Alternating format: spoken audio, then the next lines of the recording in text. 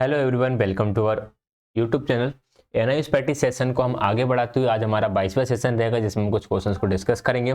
आज के questions other session से थोड़े से इजी रहने वाले हैं और कुछ क्वेश्चंस आपको बिल्कुल एकदम अलग भी मिलने वाले हैं। तो बेहतरीन सी वीडियो आज होने वाली है। इससे पहले हम एनआईएस समरी को कंप्लीट कर चुके हैं। यदि आपने वह प्ले नहीं देखी है तो जाकर देख लीजिएगा। अगर आप उस प्लेलिस्ट के साथ साथ ये वीडियोस देखते हैं तो आपको काफ़ी बेनिफिट होगा, आपकी अंडरस्टैंडिंग और अच्छे लेवल की हो जाएगी। स्टार्ट करेंगे क्वेश्चन नंबर 41 के साथ। क्वेश्चन नंबर 41 है, उपचारात्मक शिक्षण शिक्षण की किस विधा को संदर्भित करता है? Remedial teaching refers to which mode of teaching? Remedial teaching के बारे में हम बात कर चुके हैं। जब भी सीखने में कोई अंतर होता है या लर्निंग में कोई गैप होता है तो वहां पर रेमेडियल टीचिंग का यूज किया जाता है। समय समय पर सिखाना तो ये होगा नहीं, learning from time to time. सीखने में अंतराल के समाधान के लिए, to solve the gap in learning, सिखाते समय कई बार लर्निंग में गैप आ जाता है जिसकी वजह से बच्चे सही तरीके से नहीं सीख पाते, तो इसके लिए हम रेमेडियल टीचिंग का यूज करेंगे। स्कूल के नियमित समय के बाद, after regular school hours, regular school hours के बाद कोई जरूरी नहीं है, सीखने में मदद करने के लिए हो सकता है, बट जो सबसे ज्यादा फोकस कर रहा है वो ऑप्शन नंबर बी कर रहा है, सबसे सही तरीके से जो बात कर रहे हैं। So right answer option number B होगा। सीखने में अंतराल के समाधान के लिए उपचारात्मक शिक्षण यानी कि रेमेडियल टीचिंग का यूज किया जाता है। क्वेश्चन नंबर 42, नैतिक विकास को परिभाषित करने वाले मनोवैज्ञानिक कौन है? Who are the psychologist who define moral development? Moral development किसने दिया? पॉवलोव, मैकडूगल, पियाजे या उपरोक्त में से कोई नहीं? उपरोक्त में से कोई नहीं ऑप्शन देखकर आपको लग रहा होगा कि कोहलबर्ग ने दिया था ये, ठीक है। तो राइट आंसर इसके हिसाब से हो जाना चाहिए आपका ऑप्शन नंबर डी, उपरोक्त में से कोई नहीं। लेकिन आपको बता दें कि नैतिक विकास यानी कि मोरल डेवलपमेंट के बारे में सबसे पहले जो बात की थी वे करी थी जीन पियाजे ने। तो राइट आंसर क्या होगा? ऑप्शन नंबर सी होगा।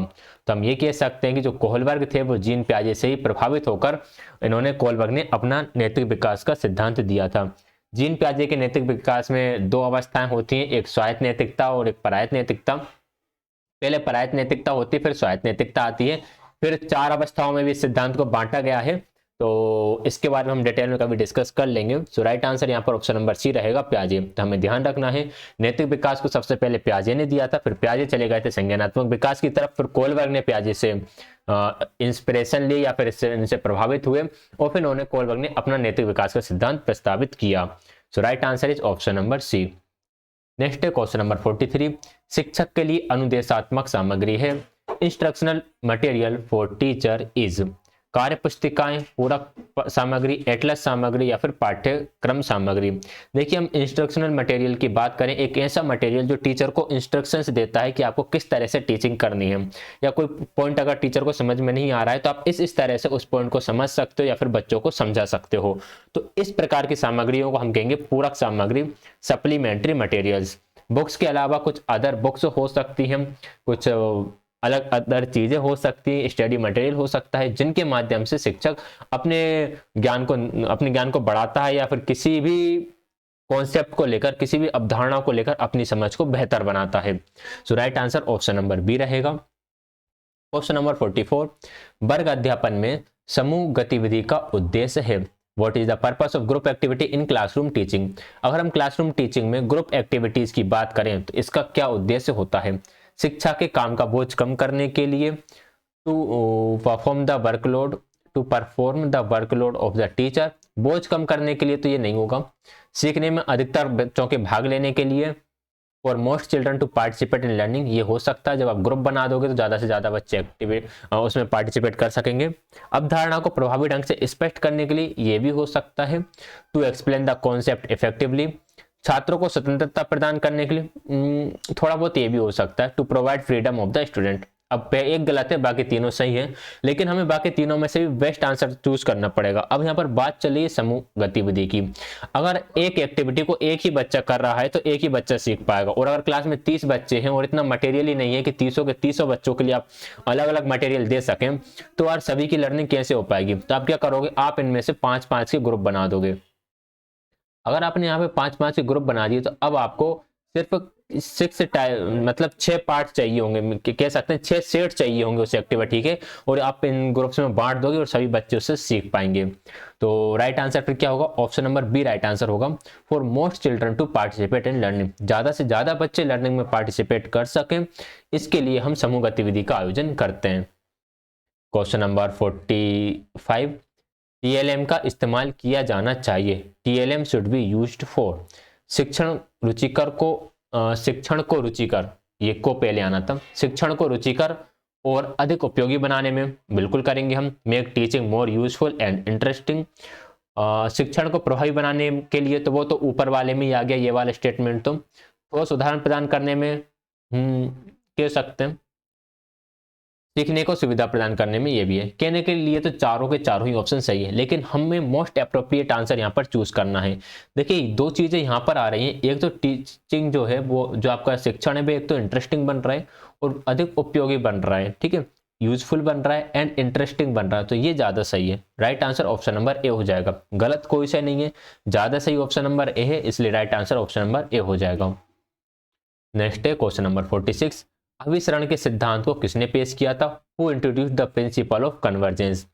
ओकोनार, जॉन डेवी, विलियम जेम्स या फिर जॉन लॉक? बताइएगा क्या होगा राइट आंसर। इसका राइट आंसर होगा ऑप्शन नंबर बी, अभिसरण का ये जो सिद्धांत था वह option number D, John Locke के द्वारा दिया गया था। आगे बढ़ते हैं, क्वेश्चन नंबर 47, समग्र सचेतन का विचार किसने दिया था? Who gave the idea of whole consciousness? पियाजे, स्पेंसर, हिलगार्ड या फिर वुडवर्थ? क्या होगा इसका राइट आंसर? तो right answer option number B है, हर्बर्ट स्पेंसर ने होल कॉन्शियसनेस यानी समग्र सचेतन के बारे में बताया है।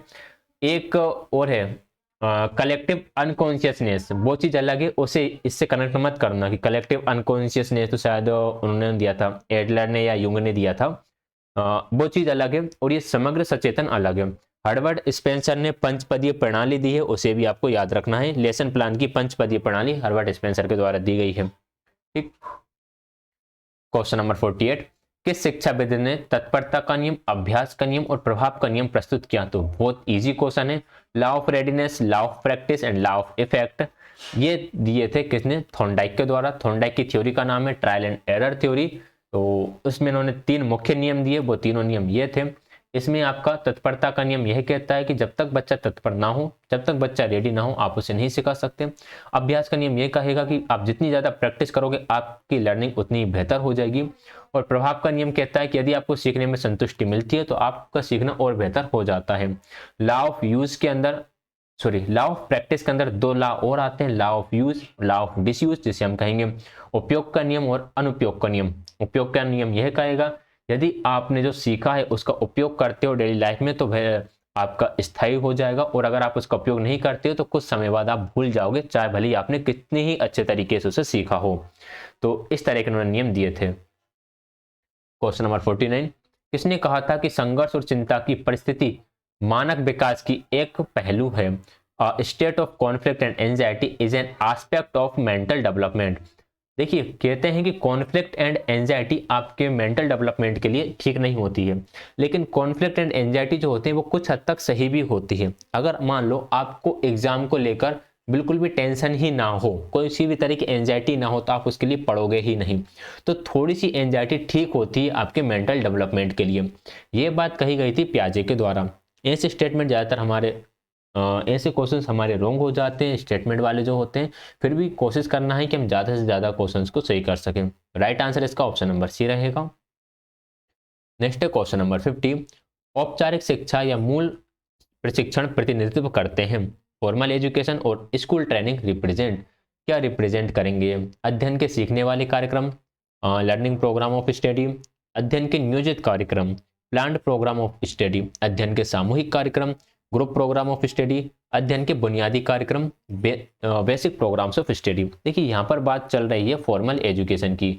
फॉर्मल एजुकेशन एक तरह से ऑर्गेनाइज्ड फॉर्म में होता है, जिसमें एक नियत समय दिया जाएगा, आपको कुछ नियम दिए जाएंगे, उन्हीं के अनुसार आपको चलना होगा, सब कुछ प्लान्ड होता है। तो यहीं से हम वर्ड को उठा लेते हैं, प्लान्ड को। फिर right answer option number B हो जाएगा, प्लान्ड प्रोग्राम ऑफ स्टडी। अध्ययन का एक नियोजित कार्यक्रम को हम कहेंगे कि ये औपचारिक शिक्षा है। नेक्स्ट है क्वेश्चन नंबर 51, प्याजे के संवेदी मोटर अनुकूलन की अवधि क्या है? सेंसरी मोटर स्टेज को बारे में बताना है, तो बहुत ही इजी क्वेश्चन है। ऑप्शन नंबर राइट आंसर हो जाएगा 0 to 2 ईयर्स। क्वेश्चन नंबर 52, शिक्षक के लिए एक निर्देशात्मक सामग्री है। What is an instructional material for the teacher? ये क्वेश्चन तो रिपीट हो गया, तो वही इसका राइट आंसर हो जाएगा। पूरक सामग्रियां हैं, सप्लीमेंट्री मटेरियल्स। ये हुआ क्या है कि अभी जो चल रहा है ये पीवाईक्यूज चल रहे हैं, थंबनेल में भी आपने देख रखा होगा। तो ये जो पीवाईक्यूज है इस चक्कर में ये क्वेश्चन रिपीट हो गया है। क्वेश्चन नंबर 53, गतिविधि तकनीक है। एक्टिविटी टेक्निक इज, एक्टिविटी किस प्रकार की टेक्निक है? कक्षा केंद्रित, क्लासरूम सेंटर्ड, विषय केंद्रित, सब्जेक्ट सेंटर्ड, छात्र केंद्रित, स्टूडेंट सेंटर्ड, या फिर शिक्षक केंद्रित, टीचर सेंटर्ड। हमें पता है जो एक्टिविटी होती है इसमें बच्चे एक्टिव पार्टिसिपेटर होते हैं, तो right answer option number C हो जाएगा, स्टूडेंट सेंटर्ड। 54, सामान्यतः 12 साल के बच्चे में सबसे अधिक पाई जाती है। Most commonly found in 12 year old child. क्या ज्यादा पाई जाएगी? मोटर समन्वय के साथ कठिनाई, मोटर समन्वय के साथ कठिनाई यानी कि जो उसकी हाथ पैर है इसके समन्वय में उसे कठिनाई आ रही है, तो ये तो पाई जाती है शेष अवस्था में। बड़ों को प्रसन्न करने की भावनाएं कह सकते हैं बाल्यावस्था की होती है। अपने हितों को कहाँ और कब कैसे सीमित करें? Where and when to limit your interest, और सहकर्मी की स्वीकृति के लिए उत्सुकता, एगर टू पेयर अप्रूवल। देखिए ये जो विशेषता होती है ये किशोर अवस्था की होती है, जिसमें व्यक्ति अपने ग्रुप का एक्टिव मेंबर बनना चाहता है और इसके लिए भी अपने ग्रुप को खुश रखना चाहता है। वह काम ऐसे करेगा कि मेरा ग्रुप सही रहे, खुश रहे। तो right answer option number D हो जाएगा। बुक में सी दिया हुआ है और कुछ सही से एक्सप्लेनेशन नहीं है, बट मेरे according right answer option number D होना चाहिए, क्योंकि किशोर अवस्था में जाने के बाद बच्चा ऐसे एक्ट करेगा ताकि ग्रुप वाले उसे ग्रुप से अलग ना करें। ठीक है, right answer option number D रहेगा। क्वेश्चन नंबर 55, किसी विशेष उद्देश्य, नियत अवधि और स्थान के बिना शिक्षा को क्या कहा जाता है? What is education without any specific purpose, fixed duration and place is called? प्रत्यक्ष शिक्षा, व्यक्तिगत शिक्षा, अनौपचारिक या औपचारिक, इनडायरेक्टेड, इंडिविजुअलाइज्ड, इनफॉर्मल या फिर फॉर्मल। देखिए ये दोनों तो वैसे ही गलत हैं। अब हम बात कर लेते हैं इनफॉर्मल या फॉर्मल की। तो फॉर्मल में तो भाई आपका स्पेसिफिक पर्पस भी होता है, ड्यूरेशन भी होती है और एक प्लेस भी होता है जहां पर जाकर आप अध्ययन करते हो। ये तो होगा नहीं। Right answer option number C होगा, अनौपचारिक शिक्षा, informal education. Informal education means दोस्तों के साथ सीख रहे हो, घर पे बड़े होते होते सीख लेते हैं, परिवार के साथ रहते हुए सीख लेते हैं, तो वे सारे आपके अनौपचारिक शिक्षा के अंदर आ जाएगा। तो right answer option number C रहेगा। 56 है, सीखने का अनिवार्य तत्व क्या है? What is the essential element of learning? पढ़ने की क्षमता, एबिलिटी टू रीड, तेज दिमाग, शार्प माइंड, जानने की प्रवृत्ति, टेंडेंसी टू नो, इनमें से कोई नहीं, नन ऑफ दीज। तो सीखने का जो अनिवार्य तत्व होता है, अब सबसे अनिवार्य क्या है? देखिए पढ़ने की क्षमता। अब आपके अंदर ही पढ़ने की क्षमता, मेरे अंदर ही पढ़ने की क्षमता है, लेकिन आप कोई चीज सीख रहे हो, आप मतलब कोई चीज सीख रहे हो या फिर नहीं सीख रहे हो, ये किस पर डिपेंड करता है? ये डिपेंड करता है जानने की प्रवृत्ति पर, टेंडेंसी टू नो। जैसे कि मुझे रीडिंग आती है, ठीक है, मैं बुक पढ़ सकता हूँ, मैं लिख भी सकता हूँ, इंग्लिश हिंदी में मैं समझ भी सकता हूँ। अब मैं कोई नोवेल पढ़ूँ क्या नहीं पढ़ूँ, वो डिपेंड करेगा कि मैं उसके बारे में जानना चाहता हूँ या फिर नहीं जानना चाहता। आप यहाँ पर सीडी पे पढ़ने आते हो, क्यों? क्योंकि आपके अंदर जानने की प्रवृत्ति है, आप उसे जानना चाहते हो, वो आपके एग्जाम में हेल्प करेगी। मैं मान लो मुझे इंग्लिश आती है और मैं कोई इंग्लिश वेब सीरीज देख रहा हूँ, क्यों देख रहा हूँ? क्योंकि मुझे उसे जानने की प्रवृत्ति है, मैं जानना चाहता हूँ कि आखिर उसमें क्या बताया गया है। अगर मान लो मैं मनी हिस्ट्री देखता हूँ, तो यार मनी हिस्ट्री के बारे में इतनी बातें चल रही हैं, तो मेरे अंदर उसको जानने की एक प्रवृत्ति है उस वेब सीरीज को, तो फिर मैं उसे देखूंगा। तो सीखने का जो अनिवार्य तत्व होता है वह होता है जानने की प्रवृत्ति। यदि आपके अंदर जानने की प्रवृत्ति है, अगर आप सीखना पसंद करने वाले व्यक्ति हो, तो आप सीखते रहोगे कुछ ना कुछ। जैसे किसी को पजल सोल्व करना आता हो, कुछ गेम्स खेलना आता हो, गेम्स खेलने का किसी का मन करे, तो ये इसी पर निर्भर करता है कि उसकी टेंडेंसी है कि नहीं सीखने की। जैसे कुछ लोग होते हैं जिनको हर बार नया नया सीखने की आदत होती है, अगर उनके अंदर टेंडेंसी है सीखने की तभी वे नई चीज सीखेंगे। कोई होते हैं जो भाई गिटार बजाना सीख लिया, फिर पियानो बजाना भी सीख लिया, बांसुरी बजाना भी सीख लिया है, ढोलक बजाना भी सीख रहे हैं, क्यों? क्योंकि अंदर टेंडेंसी है। तो टेंडेंसी टू नो ये सबसे इंपॉर्टेंट एलिमेंट होता है सीखने का। नेक्स्ट है क्वेश्चन नंबर 57, पाठ्यक्रम गतिविधि का शिक्षण में प्रयोग क्यों किया जाता है? Why is curriculum activity used in teaching? शिक्षण को आसान, प्रभावी और दिलचस्प बनाने के लिए, to make learning easy, effective and interesting. शिक्षण को आसान बनाने के लिए, टू मेक टीचिंग इजी। शिक्षण को आकर्षक बनाने के लिए, टू मेक टीचिंग अट्रैक्टिव।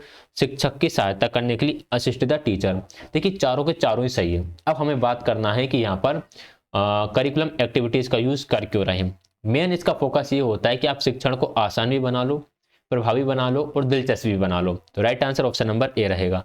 आसान वाला ऊपर आ गया, आकर्षक मतलब प्रभावी हो गया, सहायता करना भी हम कह सकते हैं कि ऊपर ही कहीं आ जाएगा। तो right answer option number A होगा, जिसमें सारी चीजें सम्मिलित की गई हैं। क्वेश्चन नंबर 59, निदानात्मक गतिविधि के माध्यम से शिक्षण क्या है। What is the teaching through deductive activity. Deductive activity में क्या होता है भाई, निगमनात्मक मतलब आप कहां से कहां जाते हो, आप जाते हो नियम से उदाहरण की तरफ, ठीक है। आप कहां जाते हो, रूल टू एग्जाम्पल जाते हो, और जो रूल्स होते हैं वो आपके जनरल होते हैं, जो हर जगह अप्लाई होते हैं, और जो एग्जाम्पल्स होते हैं वे आपके स्पेसिफिक होते हैं। तो निगमनात्मक क्या हो जाएगा आपका, सामान्य से विशिष्ट यानी कि general to specific. Question number 59, छात्रों को जीवन में सफलता पाने के लिए प्रेरित कैसे किया जाना चाहिए। How should the student be motivated to achieve success in life. देखिए अगर लाइफ में आपको सक्सेस प्राप्त करना है तो आपको किस प्रकार का अध्ययन करना पड़ेगा। चुनाव अध्ययन, सिलेक्शन स्टडी, आकस्मिक अध्ययन, कैजुअल स्टडी, गहन अध्ययन, इन डेप्थ स्टडी, या सस्वर पाठ द्वारा अध्ययन, लर्निंग बाय क्या लिखा है, रेसिटेशन, जो भी है छोड़ो। देखो अब मैं आप ही का एग्जांपल ले लेता हूं। आप DSSB की तैयारी कर रहे हो, DSSB PRT की तैयारी कर रहे हो, ठीक है। अब आप इसके लिए चीज़ों को पढ़ते हो। अब आप उन चीज़ों को किस तरह से पढ़ रहे हो, आप सिर्फ सिलेक्टिव चीज़ें पढ़ रहे हो। अगर आप ओनली सिलेक्ट चीज़ों को सिलेक्ट कर करके पढ़ोगे तो आपका तो भाई निकलने के चांसेस कम है, क्योंकि बहुत सारी चीज़ें छूट जाएंगी। आप कहीं से कुछ भी पढ़ते हो तब भी आपकी चीज़ें छूट जाएंगी। लेकिन अगर आप हर एक चीज़ को डेप्थ में पढ़ते हो, हर एक चीज़ का आप गहन अध्ययन करते हो, तो चांसेस रहेंगे कि यार आप एग्जाम को क्वालिफाई कर लो। तो फिर राइट आंसर क्या हो जाएगा, ऑप्शन नंबर सी हो जाएगा। जैसे कि मेरे पास बहुत सारे कमेंट्स आते हैं, बहुत सारे कमेंट्स कुछ इस प्रकार के आते हैं, क्या सर ये बोलते हैं, क्या सर सिर्फ NIOS से काम चल जाएगा, क्या सर सिर्फ ये जो मैं क्वेश्चन सीरीज चला रहा हूँ क्वेश्चन सीरीज से काम चल जाएगा, क्या सर सिर्फ हमने कोई भी एक बुक ले रखी है, क्या सिर्फ उस बुक से काम चल जाएगा, सर क्या ओनली PYQ से काम चल जाएगा। देखिए सिर्फ इनसे अगर काम चलता होता तो क्या क्या ही बात नहीं थी, कोई भी जॉब आराम से ले लेता। इनसे काम नहीं चलेगा, किसी भी एक से काम नहीं चलेगा, आपको इन चारों को ही पढ़ना पड़ेगा और चारों को ही डेप्थ में पढ़ना पड़ेगा। अगर आपके पास टाइम नहीं है पढ़ने का, ठीक है, अगर आपके पास आप ये कहते हो कि मेरे पास NIOS पढ़ने का टाइम नहीं है, मेरे पास क्वेश्चन सीरीज देखने का टाइम नहीं है, मेरे पास बुक्स देखने का टाइम नहीं है, मेरे पास प्रीवियस ईयर क्वेश्चन पेपर को एनालाइज करने का टाइम नहीं है, तो आप ये मानिए कि आपके पास जॉब करने का भी टाइम नहीं है, आपके पास जॉब करने का भी टाइम नहीं है। आप भूल जाइए कि आपकी कभी जॉब लगेगी लाइफ में। हालांकि ये बात आपको बुरी लग सकती है बट ये सच है। अगर आपके पास जिस जॉब को लिए आप मेहनत कर रहे हो उसके लिए ही टाइम नहीं है, जो जॉब आपके फ्यूचर को बदल सकती है, आपकी लाइफ को एक नई डायरेक्शन दे सकती है, उसके लिए मेहनत करने की अगर आपके पास टाइम नहीं है तो आपको जॉब करने का कोई हक भी नहीं है, ठीक। तो इस बात को ध्यान रखिएगा। Right answer option number C रहेगा, गहन अध्ययन। अगर आपको कभी भी कुछ भी पढ़ना होता है तो उसको डेप्थ में पढ़ो और पढ़कर खत्म करो, ठीक है। अगर मैं बात करूं तो स्टार्टिंग में NIOS आपको क्या लगता था, एक बहुत बड़ा डॉक्यूमेंट लगता था, ठीक है। मैंने इसे यूट्यूब पर पूरा कंप्लीट करा दिया, और पूरा कंप्लीट कराने के पीछे उद्देश्य यही था कि एटलीस्ट आप लोग उसे देख तो सको, ठीक है। हालांकि उस पर व्यूज बहुत ही कम गए हैं और मतलब कई लोगों ने उसको क्रिटिसाइज करा हुआ है उन वीडियोस को, लेकिन उद्देश्य यह था कम से कम आप उसे देख तो सको, आपको थोड़ी हेल्प मिल जाए। तो ये हेल्प लो, लेकिन ऐसा नहीं है कि यार आपने हेल्प ली। अब कई लोग करते हैं क्या है, मैं बता देता हूँ। हालांकि मतलब ये चीज़ें भरी हुई है, बहुत कमेंट आते हैं आप लोगों के उल्टे सीधे टाइप के, मैं उन्हें झेल झेल के परेशान हूँ। आप लोग डायरेक्ट बोलते हो सर इन सभी के PDF एक साथ सेंड कर दो। 114 वीडियोज हैं, ये सारे 114 के 114 PDF हमें एक साथ सेंड कर दो। अच्छा, आपका एग्जाम है अगले महीने और आप कहते हो कि ये PDF एक साथ सेंड कर दो, मीन्स इसी महीने एग्जाम है, क्या आप 114 PDF पढ़ लोगे एक साथ। मेरा वीडियोस बनाने का मकसद जो था और वीडियोस के डिस्क्रिप्शन में PDF देने का मकसद ये था कि आप एक एक वीडियोस देखते जाओ और साथ के साथ PDF डाउनलोड करते जाओ। ये डॉक्यूमेंट जो है तो ये बनता है लगभग 600 MB का। अब 600 MB का डॉक्यूमेंट मैं कैसे सेंड करूँ, कई लोग ये बोल देते हैं सर ऐसा करो थोड़ा थोड़ा करके सेंड कर दो, मतलब कि मैं थोड़ा थोड़ा करके पीडीएफ को इकट्ठा करूं फिर आपको पर्सनली जाके सेंड करूं, मतलब मेहनत तो करना ही नहीं चाहते हैं। अगर आप इतनी मेहनत नहीं करना चाहते तो फिर आप एग्जाम कैसे क्वालिफाई करोगे? तो ये चीज़ें आप लोगों को समझ में नहीं आती हैं। और कितनी वैकेंसी है इसमें, ओनली शायद 545 या 554 के आसपास वैकेंसी है। जो 545 और 554 कैंडिडेट्स इसमें सिलेक्ट होने वाले हैं वो ऐसे कैंडिडेट्स होंगे जो कभी किसी भी वीडियो में कमेंट नहीं करेंगे सर इसका पीडीएफ कहाँ मिलेगा। हाँ ये बड़ी बात है, डायरेक्ट कमेंट करते हैं, मीन्स रैंडम मेरी एनआईयूएस वाली कोई सी वीडियो खोली और उसमें कमेंट कर दिया कि सर इसका पीडीएफ कहाँ मिलेगा। भाई जब कोई भी बंदा सीरीज स्टार्ट करता है, कोई भी टीचर सीरीज स्टार्ट करता है तो सीरीज के स्टार्टिंग से पहले बताता है कि इसका पीडीएफ कहाँ मिलेगा, किस तरह से सीरीज चलने वाली है। फर्स्ट वीडियो देखना नहीं है जिसमें मैंने बहुत बढ़िया तरीके से लगभग स्टार्टिंग के 4 से 5 मिनट यही चीज़ बताई हुई है कि किस तरह से सीरीज चलेगी, पीडीएफ कहाँ कहाँ मिलेगा, लेकिन वो सब देखना नहीं है, डायरेक्ट आए कमेंट कर दिए। तो इस तरह से अगर आप कमेंट करने वाले हो और आप अगर ओनली वाले बच्चे हो कि सिर्फ एनआईयूएस से काम चल जाएगा या सिर्फ क्वेश्चन से काम चल जाएगा, सिर्फ कोई एक बुक है उससे काम चल जाएगा या सिर्फ पीवाईक्यू से काम चल जाएगा, तो काम बिल्कुल नहीं चलेगा, आपका सिलेक्शन नहीं होगा। मैं अभी कह दे रहा हूं, अगर आपने डेप्थ में पढ़ाई नहीं करी हर एक चीज की तो आपका काम नहीं चलेगा। एक बात और मैं बता देता हूं, सुन लेना कि जो पार्ट ए है, थोड़ा मिटा दें, बहुत सारा कुछ लिखा गया यहाँ पर।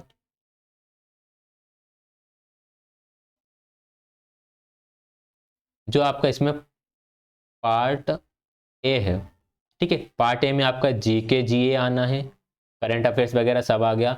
इसके बाद आपका इसमें मैथ्स आएगा, फिर आपकी रीजनिंग आएगी, फिर आपकी हिंदी आएगी और फिर आपकी इंग्लिश आएगी।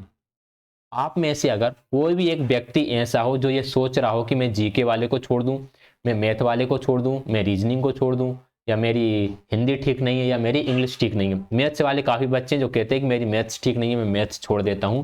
अगर आप किसी भी एक सब्जेक्ट को पूरी तरह छोड़ के चल रहे हो कि यार ये सब्जेक्ट मेरा वीक है, तो आप भी भूल जाइए कि आपका सिलेक्शन होगा, नहीं होगा सिलेक्शन, क्योंकि देखो सिर्फ 500 के आसपास वैकेंसीज हैं। तो भाई इतने सारे लोगों ने कॉन्टेक्ट फॉर्म डाला है, 500 बच्चे तो ऐसे होंगे ही जिसका GK math reasoning Hindi English सभी अच्छा होगा और जो सीडीपी को भी बहुत डेप्थ में पढ़ रहा होगा, तो उन्हीं का सिलेक्शन होगा, आपका सिलेक्शन होगा ही कहाँ से? ठीक है, ये बातें बुरी लग सकती है लेकिन ये बातें बिल्कुल सही है, सच कड़वा होता है। तो इन बातों को ध्यान में रखते हुए तैयारी करना, जिस तरह से भी आप तैयारी कर रहे हो। ठीक है, चलिए आगे बढ़ते हैं नेक्स्ट क्वेश्चन की तरफ। क्वेश्चन नंबर 60, बच्चों के सीखने में महत्वपूर्ण भूमिका निभाने वाले कारकों में से वाइगोस्की ने निम्नलिखित कारकों में से किस कारक की भूमिका के महत्व पर जोर दिया है? Among the factors that play an important role in the learning of children, Vygotsky emphasized the importance of the role of which of the following factors? वंशानुगत यानी कि हेरिडिटी, नैतिक यानी कि मोरल, शारीरिक यानी फिजिकल, सामाजिक यानी कि सोशल। बताइए। देखिए अगर हम वाइगोस्की की बात करें तो वाइगोस्की ने सबसे ज्यादा फोकस करा है समाज और संस्कृति पर। Right answer option number D हो जाएगा। इसी के साथ अगर जीन प्याजे पूछ लेता तो हम नैतिक विकास की तरफ चले जाते, क्योंकि जीन प्याजे जो इनेट एबिलिटीज है हमारे अंदर, जो बायोलॉजिकल फैक्टर्स है, इन पर फोकस करते हैं। तो इसका right answer option number D रहेगा। क्वेश्चन नंबर 61, मात्रात्मक विवरण के लिए अनुभाविक आंकड़ा एक माप है। The empirical data for quantitative description is a measure. साधारण रूप से, सिंपली, विशेष रूप से, स्पेसिकली, व्यक्तिगत रूप से, पर्सनली, या फिर नन ऑफ दीज। यहाँ पर वर्ड लिखा हुआ है एम्पेरिकल डाटा यानी कि अनुभाविक आंकड़ा।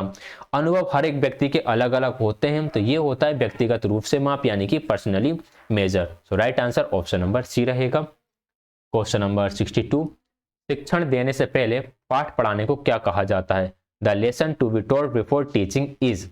टीचिंग से पहले लेसन को पढ़ाना होता है लेसन की तैयारी। तो right answer option number C रहेगा, प्रिपरेशन। हालांकि मुझे लग रहा है इस क्वेश्चन को बनाने में थोड़ी बहुत गड़बड़ी हुई है।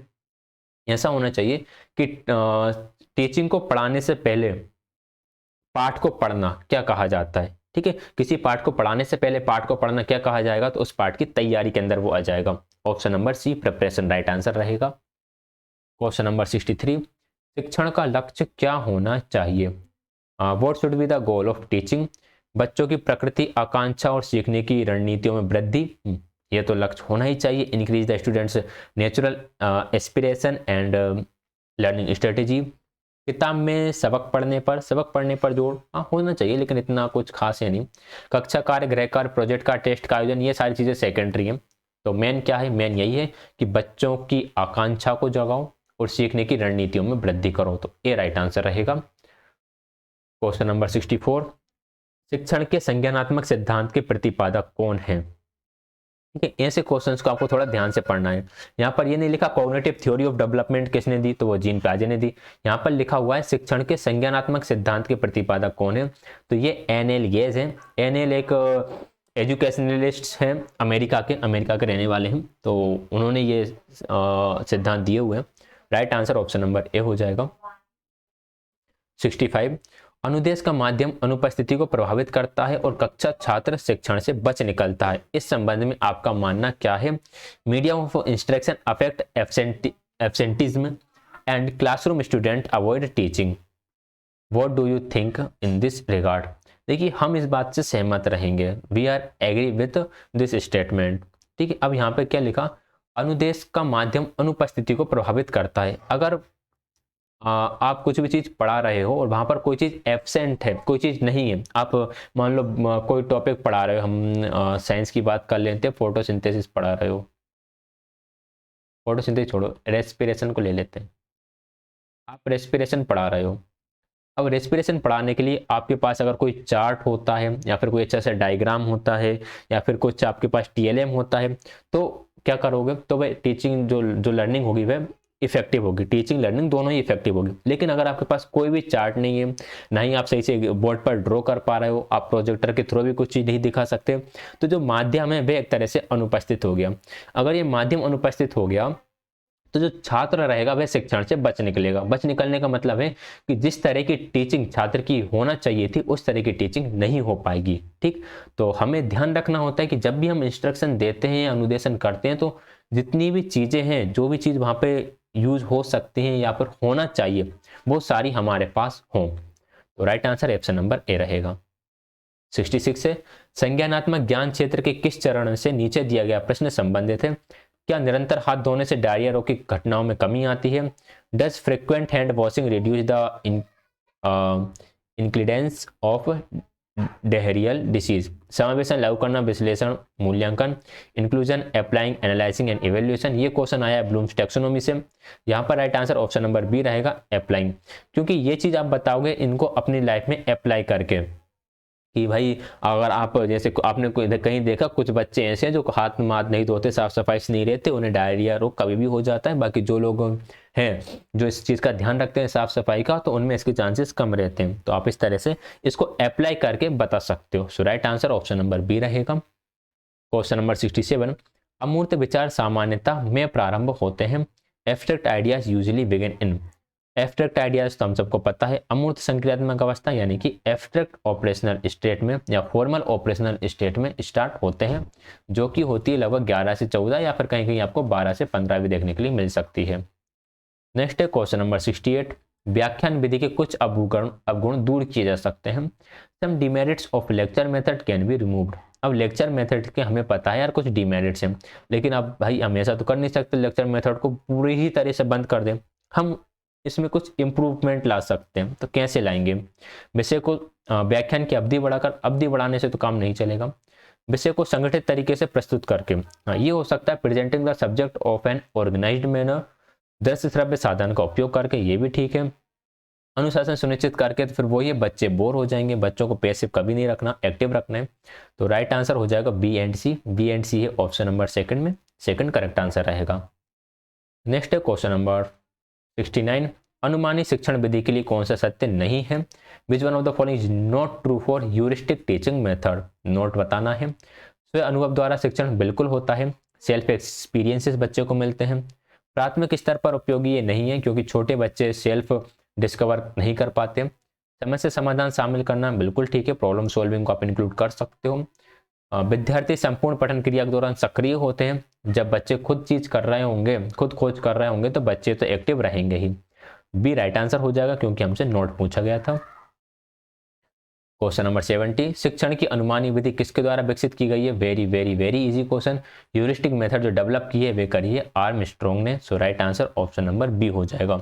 तो ये थे हमारे आज के कुछ बेहतरीन से क्वेश्चंस कैसे लगे कमेंट करके जरूर बताइएगा।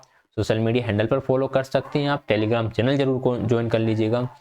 वीडियो को लाइक शेयर, चैनल को सब्सक्राइब कर लीजिएगा। वीडियो देखने के लिए आप सभी का बहुत बहुत धन्यवाद। और अगर कहीं डाउट रहता है तो उसके लिए आप कमेंट भी कर सकते हैं।